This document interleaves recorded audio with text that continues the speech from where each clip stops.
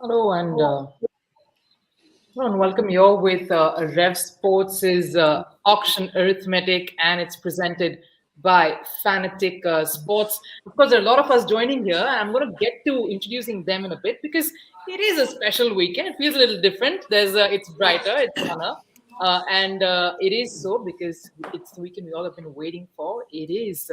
Of course, the weekend for the mega auctions of the 15th edition of the Indian Premier League.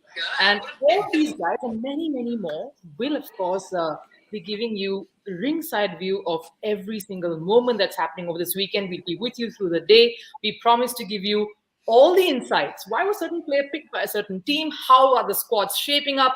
Which of them looks the strongest on paper? All of that is going to be brought to you here. Hi, I'm Rupa Ramani, and let me just go across and, of course, introduce our panel as well. There's, of course, one more special one joining us in a bit from now. I'm going to start with the man to my left of my screen, the founder of RevSportz. He's been here around for decades, sports journalist, historian, and of course, been making the right waves the last few days. Borja Majumdar, thanks for joining us in. The other gentleman, of course, going one by one, wowed us with his words. Would be pretty fair to say that he's watched almost all cricket from various corners of most cricket grounds around the world. Anand Vasu, thank you so much for coming in as well. We do know it's the Indian Premier League, but there is a contingent that has as many as 50, owing to the latest addition of 3 more joining, half century there for Australia. So we had to kind of balance it out here. So Norman Kochanek joining us over from Australia, looking sharp, looking a little younger, may I add, Norman. Thank you so much for coming in as well. Prantik as well. We have to talk about auction strategy. It is all about the brand of every franchisee as well. So we will speak to marketing and brand expert Prantik Majumdar as well, who's here with us. We will have another guest joining in a bit with us too. I'm waiting for her to come on so that I can give a grand welcome, but expect Veda Krishnamurthy as well. Oh, there she is. I'm happy I'm not the only woman here on this panel. It's so nice to have you, Veda. She's just as electric off the field, on the field, and I'm sure she will be on it as well. Thanks, Rupa. I'm just rushed from the airport and sitting.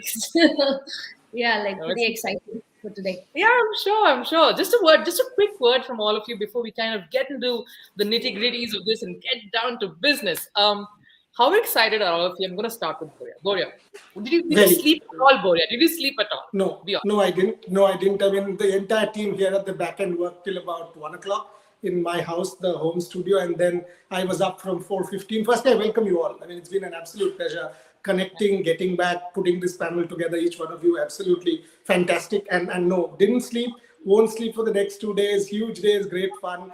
First thing in the morning, you get calls from players, people saying what's happening, unbelievable fun. All right, Anand, I'm waiting for a lot of predictions from you, a lot of stuff happening. How do you view this particular auction, quite quickly? How different is this one for you?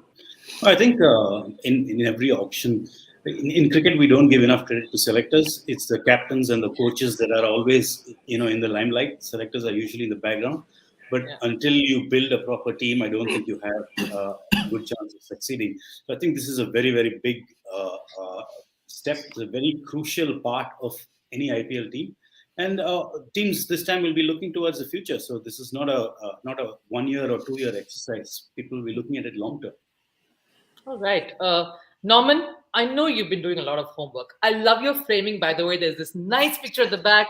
Nailed the TV presence quite there, but how are we? What are we looking forward to? How excited are you this afternoon? Well, I'm extremely excited. Thank you very much, Rupa. This is an amazing event. This is truly a mega auction with some 50 Australian players up for grabs in this session and the 2 days. In fact, we're looking at what will actually set the scene for the IPL for years to come. We're literally looking at a complete structure of new teams, new players. Excited. In the 2 days, in fact, we're looking at what will. And Prantik, over to you as well. How excited are you for this one? Because there's been so much of buzz around this particular auction. We've seen 10 teams. It's going to be exciting for sure. Absolutely, Rupa. Thank you for having me here. I mean, this is life-changing and game-changing for so many players, so many franchises. And it's a bit nostalgic. Obviously, I remember, Jan 2008, and it's been 13 years. And what's amazing is, to me, the IPL kind of mirrors the growth of the Indian economy and society. You from a brand perspective, you think of DLF, IPL. That's how it all began. Then you saw the rise of the digital economy. You had the Dream 11s and we had the Vivos, and now Tata. And I will talk a lot about it. I think it's come full circle. The fact that Tata is kind of associating itself with IPL says a lot about the IPL brand's credibility and stature. So very, very exciting from both the economic and the brand perspective. Yeah, actually, that's a very good perspective you put in there, and that's important as well. It's a lot about the numbers. It's a lot about what goes around and not just what happens there at the auction table, which is key too.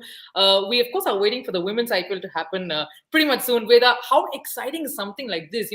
From a player's point of view, to kind of go out there and get. Is it nerves? Is it going to be a lot of nerves for a lot of that? First thing I want to tell Boria that it's just not him who's not slept. I haven't slept either, so it's clearly visible on my face. Other reasons, of course, I was not in the studio, but I was in the Star Sports studio working for them. IPL auction, very exciting. When it happened last time around, I was pretty young, so didn't understand the dynamics of it. It looked like a festival, and everybody were wondering what is this new thing and how is it going to be. And pretty much, right after every time the auctions happen, I've been closely glued to the TV. I've been a true RCB fan from the beginning. So I'm always, curious and anxious what decisions they make, who they buy, and, whether they're going to fit into the system, whether they're going to perform or not. So there's a lot of questions when it comes to RCB. People usually are not happy with the money spent on certain players and those kind of things. So this is because it's a mega auction and you've got an entire opportunity to build the team, and we're equal, we're on par with all teams. There's no RTM, there is no this thing where you can retain a lot of players. So I think I am very excited. I'm pumped to actually sit and watch how this is going to go out. Yeah, well, you kind of helped me to kind of lead into a very important aspect before we kind of get into a lot of analysis, a lot of ifs and buts and whys. We have to kind of do a bit of a rehash, look at a few of the numbers. If we look at a few of the facts of this particular Indian Premier League auction, I'm going to request my producer Trisha to put up a graphics there of certain things to keep in mind at this particular auction. We do know, of course, it is the 15th edition, and it is the fifth mega auction of sorts. A total of 600 players will go under the hammer. We know that there was a late addition of 10 of them as requested by certain franchises. We know that there are a few of them who are very, very interesting. In fact, we will discuss a couple of them as well here as we go. A squad can have a maximum of 25 players, at least 8, and can go up to 8 overseas players. They have to spend a minimum of 67.5 crores. We know there's going to be no problem there. We're going to see a lot of that going up today and over the weekend. As you know, this is very key. The players have been divided into different sets, starting with the marquee set, and then you have batting, batsmen, all-rounders, pacers, and spinners. And that same kind of set is then gone on to a double or a triple. So batting number 2, batting set number 3, and so on. Only 161 players will be up for bidding today. The second day, and this is important, guys, is what we call as an accelerated bidding process, which only means that after the end of the first day, a lot of the franchisees may feel there are certain players whom they probably missed out on. They might want those particular players to come up first. So those are the ones who will go under the hammer on Sunday. And of course, as Veda already mentioned, no RTMs available, which means a lot of the teams with a small amount of purse will have to be that much more careful and probably have to strategize that a little bit more. All right, on to a little extra recap of where the teams and the squads stand. Of course, after we do know that they retained a few set of players before heading into this auction. Let's have a look at that as well. How the 10 franchisees stand when it comes to the players that they retain. I'm going to go with the top 4 first, of course. The 4 franchisees who kind of going in with the maximum purse there is Punjab right there at the top with 72. They've only retained 2 players, Mayank Agarwal, and of course Arshdeep, the bowler. Then of course you have a team like Rajasthan Royals, 62 crores there. Sanju Samson, Joss Butler, Yashasvi Jaiswal, a couple of more franchises there who are going in with a heavy purse, which is Sunrisers Hyderabad, 68 crores there. Just take a look at the players they've retained. They've also kind of tried to keep a bit of their core, sticking in with the face of their team being Kane Williamson. And the fourth team at the top who's rounding it off for them is of course Lucknow, 59 crores there. A couple of other teams, four teams who've obviously gone to try and retain maximum of their core, and you can see it very evident there. They've gone with the least purse there, 48 crores, 47.5 crores, 48 crores again. It's Chennai, Delhi, Mumbai, and of course KKR happen to be some of the most successful franchises, at least over the last few years.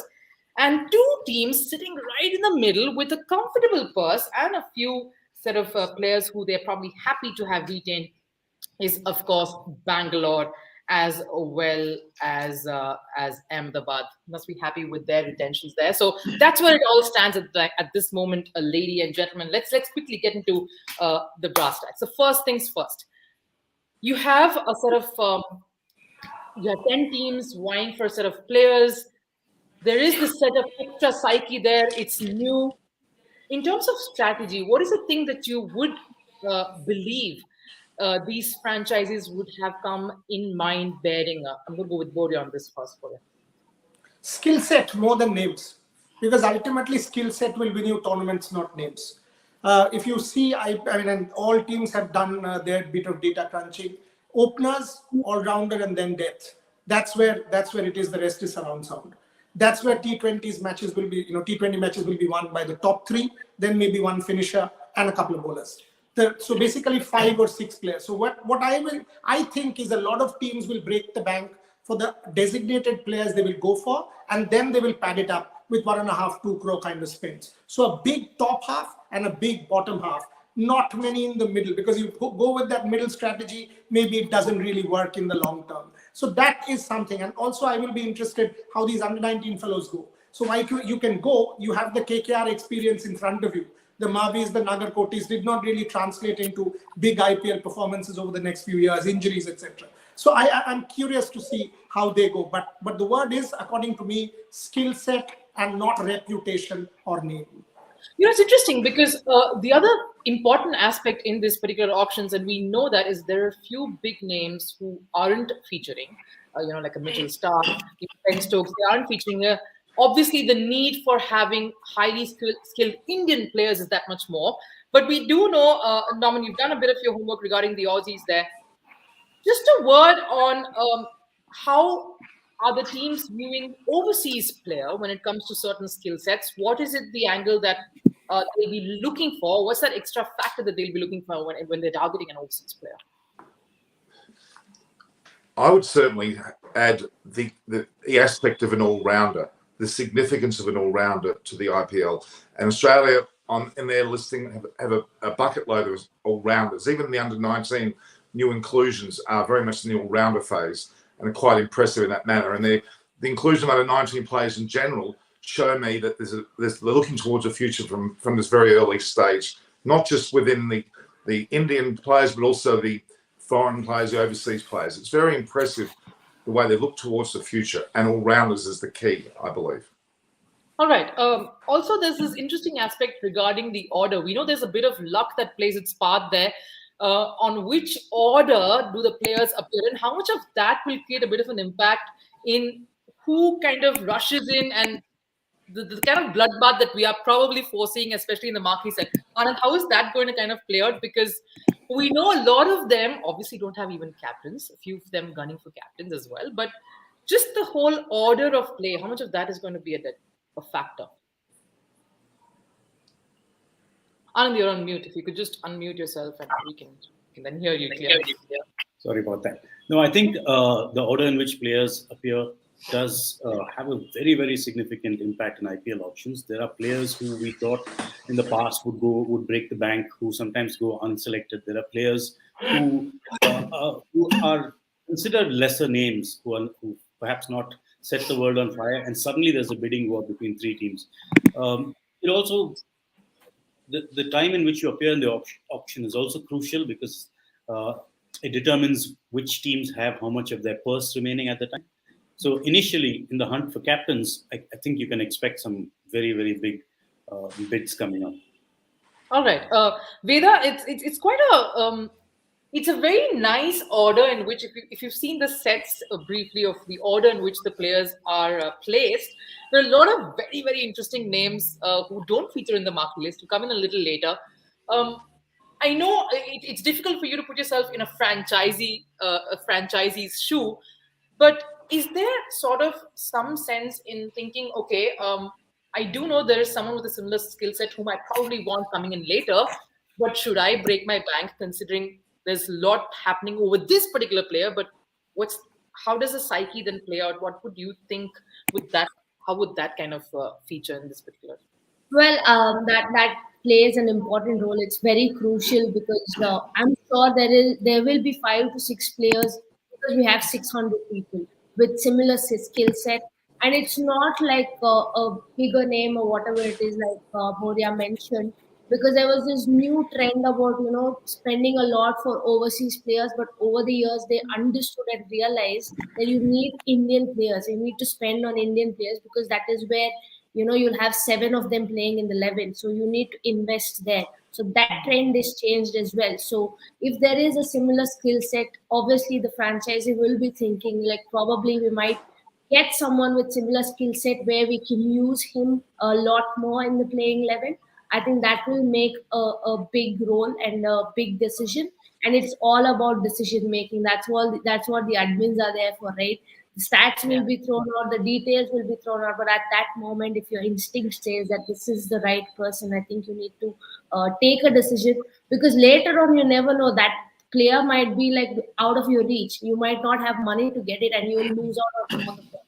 So I feel it is about instinct and decision making at that point. And that is where a lot of them have like done really well. Like franchise like CSK has been excellent when they've picked right person, and they eventually have delivered. So maybe there's a key where you have to just like go by your head and say like, this is the guy, I'm going to put my money in, and then see how it is going to go about. Yeah, we've seen a lot of examples of how the most predictable ones have also sort of raked in the moolah, and a lot of unpredictable ones have also gone back with a very, very handsome first. But Prantik, how do you kind of, which side of the argument are you on? I mean, of course, there's so much we talk about the experienced and the veterans in some sense on one side, and then you have you want to look towards the future, and there's that buzz of the under-19 World Cup. The wave is that we're riding that wave currently. We know a team particularly kind of denies and defies every argument that we talk about, having a senior team, and we've seen that happening. Which side of the argument are you on when it comes to this? I think what's important to bear in mind is when you're building, when you're going into a mega auction of this sort, you're not just building a team for this particular season. You're looking at a 5-6 year horizon. And I think that's where the balance of experience and youth comes in. And I think that also kind of lends the excitement to the auction, because that's where I'm sure people are very excited to see what's going to happen with the likes of Shreyas, Ishan, also with the likes of under 19, Raj, Angad Bawa, with Dinesh Banga, the way he finished the tournament, Shah Rukh Khan, an uncapped player in that sense, Avesh Khan as well. If you've been watching some of the news and some of the stories around some of these younger talents, I think, it's always a question of performance versus potential. And I think when you're building that squad, you have to look at youth as well. So I think I would kind of, I think yesterday, if you look at the West Indies game as well, you saw a spark in someone like an Odean Smith. I mean, very, very likely there will be some of the major franchises looking at him, because you also want to, as Veda said, you want to plan for the future. You also want to be cognizant of, their schedules. Also you want to look at the fact that you don't want to of course, Chennai has proven that with the dad's army, you can succeed. But you still, if you even look at Chennai as well, that they are also kind of investing into talents like Ruturaj. So you want to kind of have that balance. So I'm probably, if you ask me to pick, I would kind of in this mega auction kind of shore up youth as well, because I'm building, if I'm a franchise, I'm building for the next 5-6 years. Right, and I want to put all of you on the spot here because we are talking about the first set. Marky said, I think everyone's very excited of that particular lot because there's going to be some frenzy here. Boria, how is it going to play out in your head? In your head, I feel it's going to be a very dramatic first few moments. What is it going to be like in your head? Just put that picture out for us. Yeah, I mean, absolutely right. Because, and teams, according to me, from my conversation with multiple CEOs or owners, they have identified picks. So if I'm going for an Anand Vasu, they know it. That and there, even if it is 10, and you know where it will start getting tricky when it touches the 10 crore mark. Because it's an average of 50 crores is what you have, 50, 55, 60, whatever that is. So once it touches the 10 crore, at the back of your head, you know, I've got to pick 18 players. I've got 3 retained or 4 retained. So 18 more. Now I'm paying 10 plus. 10, okay, comfortable. Till 10, you will see everyone smiling. Then the fun starts. Goes up to 11. Do I have it? 12. Do I have it? Will I go to 15? That's the real funny part. And then CEOs can't do the job. Owners will. Or a Venki Mysore kind of CEO will, who will take calls because Shah Rukh's not there. His children are. So the point is the real management will have to take the call. You understand? I mean, the Sanjeev Goenkas of the world, the Parth Jindals of the world, the Akash Ambanis of the world will have to step in and take the call. Do I go 16? Do I go 15 or leave it? And it might well decide that you win 3 games. What I also think, like KKR, what did KKR go in with the retention? What was their plan? Their plan was I'll get 16 overs under my belt. Varun 4, Sunil 4, Russell 4, Venki Iyer 4. So they are actually telling me that I've got 16 overs covered. Now when I go into the auction, I will keep that in mind and play it out. So there are a lot of these things that have happened. But for me, what is important is when that critical call comes, do I up it from 14 or 12 to 12 and a half and clinch it? That final hit. Which franchise takes that? Chennai Super Kings will take that because they'll blindly go MS Dhoni. If MS Dhoni says yes, go. And once that man is there, Balaji was telling me the other day, the aura of MS Dhoni will define their auction. That might well decide which team ends up well. Now I'm going to put all of you guys on the spot here, going around the table here. Captaincy options. Who's going to... are we seeing a huge fight for someone like a Shreyas Iyer? Opening the table for all your thoughts on captaincy candidates. Which team is going to go for who on your minds? Anyone can chip in here. Come on, guys. So who goes first? Anyone. I mean, come on, go for it. I mean, Anand, yeah. Well, I think there are some very interesting captaincy options that, David Warner, the way the last season ended, he's someone who's definitely, I think, in line to pick up a leadership role. I would be looking at him because he's more or less a conventional kind of captain, and he's one of those typical Australian captains who, once the going is good, once they get on top of the opposition, then they don't give the opposition any chance. There's someone like R. Ashwin who's always been interested in captaincy, who's always thought about captaincy. Even when he's not captain of a team, he's thinking like he's captain of the team and trying to make decisions and trying to support whoever is the designated captain. And he's a guy who likes to think out of the box, very much out of the box.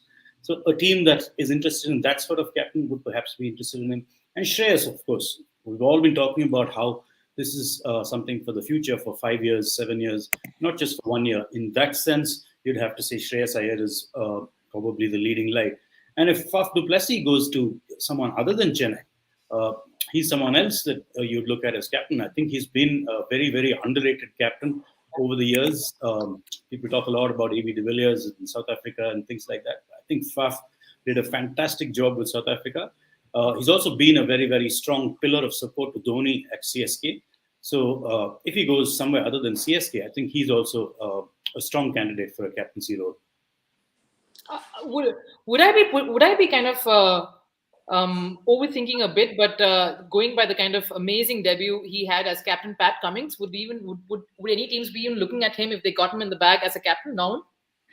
Well, there's no doubt. I was going to be talking about Pat Cummins. He's the emergence of a bowling captain, which is intriguing to me, and that's certainly a monumental shift in Australian captaincy ranks for bowler in leadership. Obviously, we shouldn't forget the likes of even an Aaron Finch, who don't forget he captained the last winning World Cup side only as recently as last year. So he deserves a mention. Obviously, Warner, clearly there'll be a need for his presence, having had experience with the Sunrise Hyderabad at the top level, having won in that year. The other aspect which intrigues me most is who will be the RCB captain? To be captaining with a team with the likes of both Kohli and Maxwell on that team will take a very special captain. And I think we may see Pat Cummins be the tip for RCB. I have this inkling that maybe RCB are looking at Pat Cummins. Oh, that's a good one. That'll be fun. That'll be interesting as well. If anyone has a point to refute that, please feel free to jump in any moment. But I'm going to be moving across from captains because we also have the time. Yeah, I've got to add something to what Norman was saying.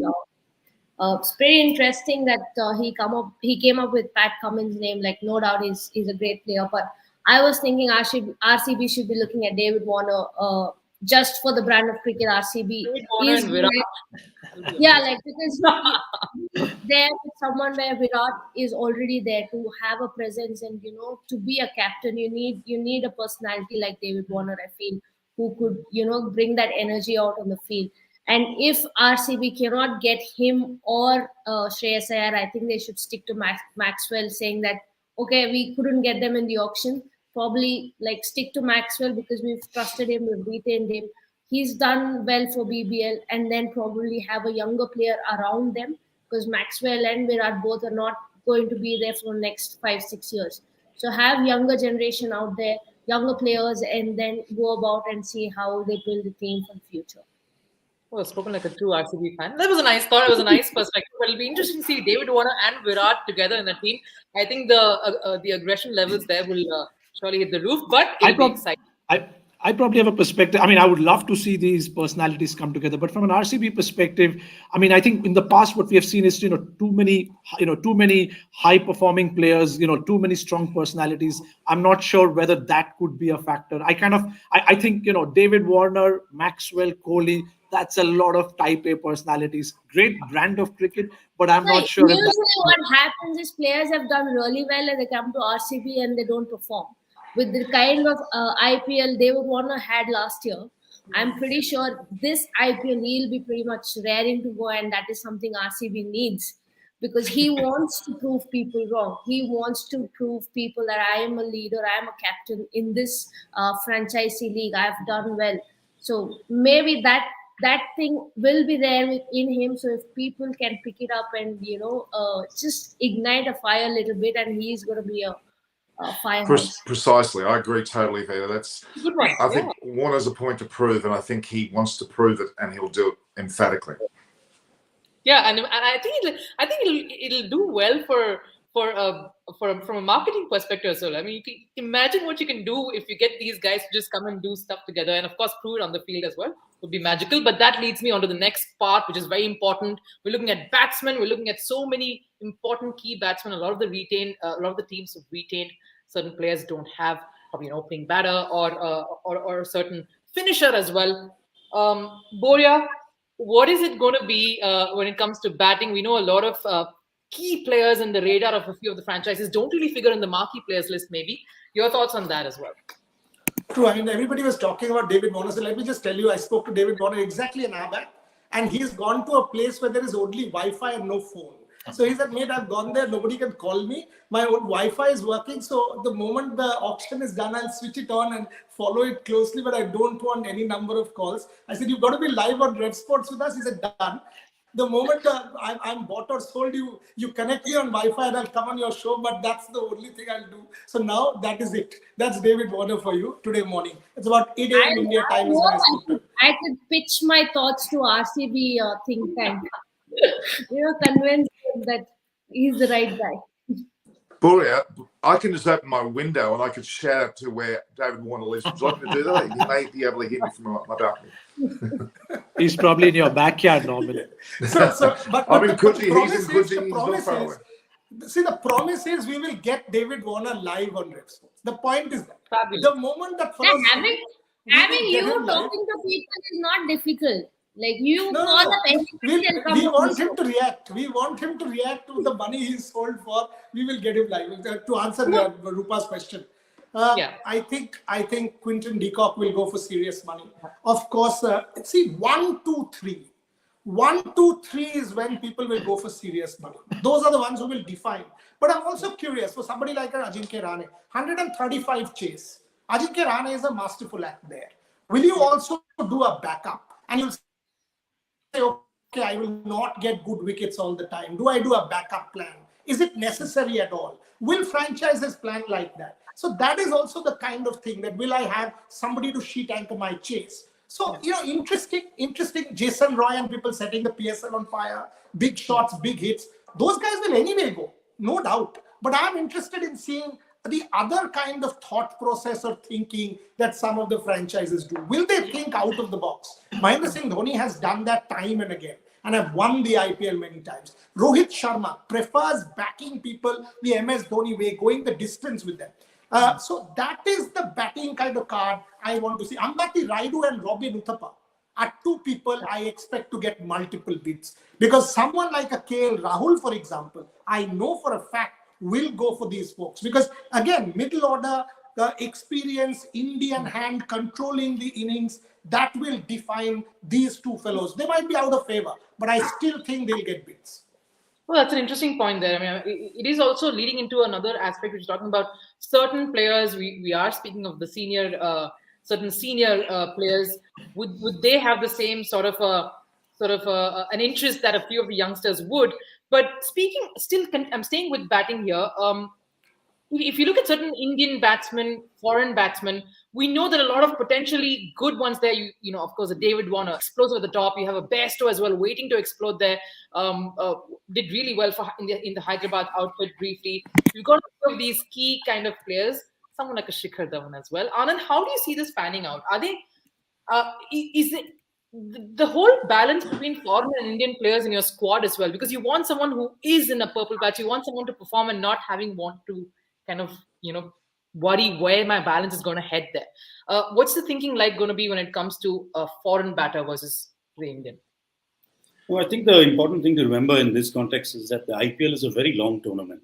It stretches for a long period of time. Pitches change. The pitches are not going to be the same from the beginning to the end, especially if you're playing in fewer venues, which is likely to be the case this time. In that sense, you want to have experienced Indian batsmen in your mix, because they're not only used to playing on good Indian pitches, they're also used to playing on pitches that are slower, pitches that take a bit of turn. So I think franchises will be looking to accommodate some of these more experienced players. Some of them may not be in the best of form. Some of them may not have made the most runs recently, but most of them have a large body of work behind them. Like Boria mentioned, someone like a Robin Uthappa or Ambati Raidu, they may be out of favor with the national selectors and might be well past even reckoning when it comes to that. But here they have to play 20 overs. They have to bat maybe 10, 12 overs. And as long as you're not a fielding liability, and both these guys don't bowl, same with Shikhar Dhawan as well. So fitness is less of an issue with these players. There is certainly a lot of value that these players, experienced Indian batsmen, bring to an IPL level. And speaking of, obviously, the younger Indian batsmen, there are a lot of good picks there too. Someone like a Padikkal not being retained. Bangalore would be hoping to kind of get them back. You don't have RTM. It's going to be a struggle. There are a lot of players who probably want someone like a Padikkal in their ranks. Someone like Ishan Kishan giving you that extra added factor of a wicket-keeping option as well. What about these guys? I'm going to throw it open to anyone who wants to come in. Prantik, you too as well. How excited will teams be when these people come on for a bidding war? Yeah, I'll probably start with that. I mean, I was just going to talk about someone like Devdutt Padikkal. I mean, absolute, gem of a talent. He's also tasted. They've just kind of gotten a taste of international cricket. He's had wonderful domestic seasons as well. To Anand's point, I think he'll be able to make the most of it. Ishan probably will be one of those 10 crore plus, potentially one of the highest bidded players probably in the auction. So I think absolutely. I think they give you that the youthful element. They allow you to plan for the longer run, as well as, I mean, these players have a lot of experience playing short form. I mean, some of these guys, even Rituraj, who's been retained, I mean, they've had fantastic experience in the domestic circuit recently as well. So I think they will be very well sought after. But just keeping on the youth topic, I think a couple of other, again, non-Indian players in my book who I think will be very, very interesting. And Norman may not agree. Norman probably would. Obviously, Tim David is an Australian player, but coming from Singapore, I mean, I've had the good fortune of playing with him and seeing him. And given what he's done at the PSL, highest number of sixes, he's won them a game with catching as well. So I think Tim David to me is another one. I mean, from the Indian side, Devdutt, Shah Rukh Khan. You obviously have Ishan Kishan. From the overseas players, I think the true explosive young batsman I'm looking forward to is Tim David, as well as the young South African who kind of put the under-19 tournament on fire, Deval Brevis. I think these are the players that I think I'm really looking forward to, because they will allow me to plan for the future. We're going to put all of you on the spot in a while from now. We just have a few minutes left. We're going to put all of you in a spot when it comes to certain predictions, because we need to predict. We need to tell them exactly where the money is. But very quickly, we have to look at the bowlers as well. Pacers, spinners, there are quite a few interesting options when it comes to either of them. I'm going to start with Pacers first. Bora, coming to you. Again, there is this nice mix of certain people coming into their own, certain experienced guys. And then, of course, you have a few tearaway youngsters. How much of the recency bias will set in here, especially when you're looking at someone like a Deepak Chahar, considering what a wonderful last few weeks he's had? Give us a bit about the picture when it comes to fast bowlers. How do you see that playing out in franchisees' minds? Big money. There's no debate. I mean, a Deepak Chahar, Kagiso Rabada kind of players will go for big money. But also a Marco Jansen. For example, players are talking about bowling from 8 feet up. Left hand obviously will get you more money. A Trent Bolt, a Marco, because again, skill set rare. So that's something that they will keep in mind. So faster bowlers, absolutely. I mean, no debate. I'm also interested in some domestic Indian fast bowlers. I mean, people are not talking about the Kartik Tyagis of the world, Chetan Sakarias of the world. Yes, we've spoken about Avesh Khan, but that crop. Yes, Ravi Kumar is not there, but somebody like a Raj Bawa, you will go for him as an all-rounder. But will you actually take a punt in somebody like a Raj Angad Bawa? I think he will be one of the people under 19s who will get multi-crores. So interesting, but fast bowlers. See, according to me, every franchise will say fast bowler, opening batter, or number 3, and all-rounder. Come on, 30 crores. That is the formula. I will set aside 30 crores, then I'll think about the rest. That from my conversations, I've understood that for 3 players, 30 crores I'm willing, and the rest I will take a punt. That's my understanding of the situation. Vera, who are the interesting bowlers that you see would create a bit of a flutter there at the auction table today? Who are your eyes on? My eyes are definitely on Deepak Chahar, Shardul Thakur, and Prasidh Krishna, because the kind of performance they've done in the recent series, I think that is going to play a big role. Especially someone like Shardul and Deepak Chahar, who does bat and bowl and will give you that extra bit on the field. That is going to be pretty exciting, and I'm excited to see how people are going to go for R. Ashwin. He's a smart bowler. He's an intelligent bowler. If they can get him for cheap, I think that is going to be a big win in the auction for them. Anand, your thoughts on this as well. Can you tell us about the spinners, for instance? If I had to kind of ask you about the spinning options, how is that going to be when it comes to? Because there is a bit of, again, a very very nice mix of seniors there and a few youngsters as well over there. How would you see this playing out? It's definitely a very, very interesting segment because, over the years in the IPL, you have someone like an Amit Mishra who's had tremendous success. There are bowlers out there who can attack and still not concede too many runs. And mostly these tend to be the experienced spinners, whether it's Indian or overseas spinners.